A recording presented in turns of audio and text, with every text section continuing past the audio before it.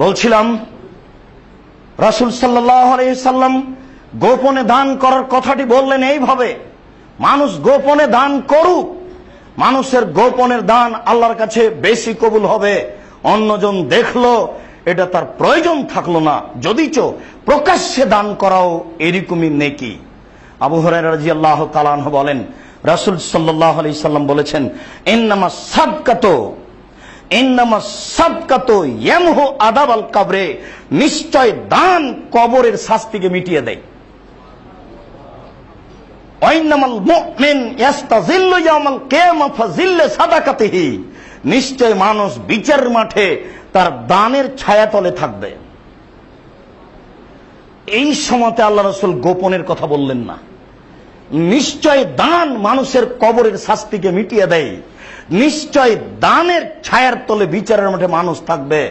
সম্মানিত মসজিদের মুসল্লি, প্রথম অংশে বুঝতে পারছিলাম যে দান গোপনে করলে এই ফলাফল, পরের অংশে বোঝা গেল যে প্রকাশ্যে দান করলেও এই দান বিচারের মাঠে ছায়া হিসেবে আসবে।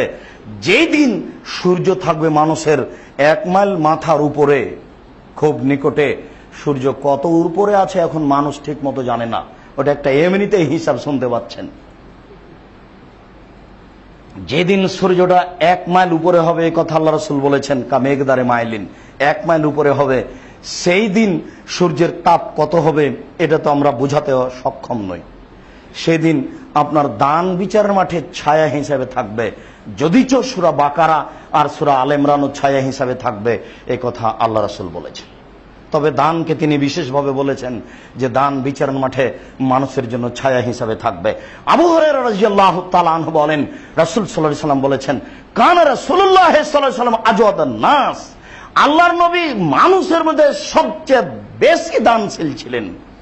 ওয়া কানা আজওয়াদান ফি রমাজান মিন রিহে মুরসালা, তিনি রমাজান মাসে খুব বেশি বেশি দান করতেন পূর্ব দিকের বাতাসের চেয়ে বেশি। পূর্ব দিক থেকে বাতাস প্রবাহিত হলে সবকিছু সুন্দর হয়ে যায়, গাছপালা পশু প্রাণী তরুতাজা হয়ে যায়।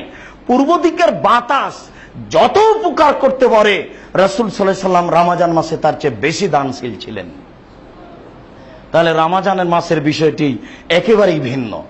এইখানে গত জুমার বাক্যটি রাসূল সাল্লাল্লাহু আলাইহি সাল্লাম বললেন, ইয়া বাগিয়াল খায়রে আকবেল, হে কল্যাণকামী তুমি সামনের দিকে চলে আসো।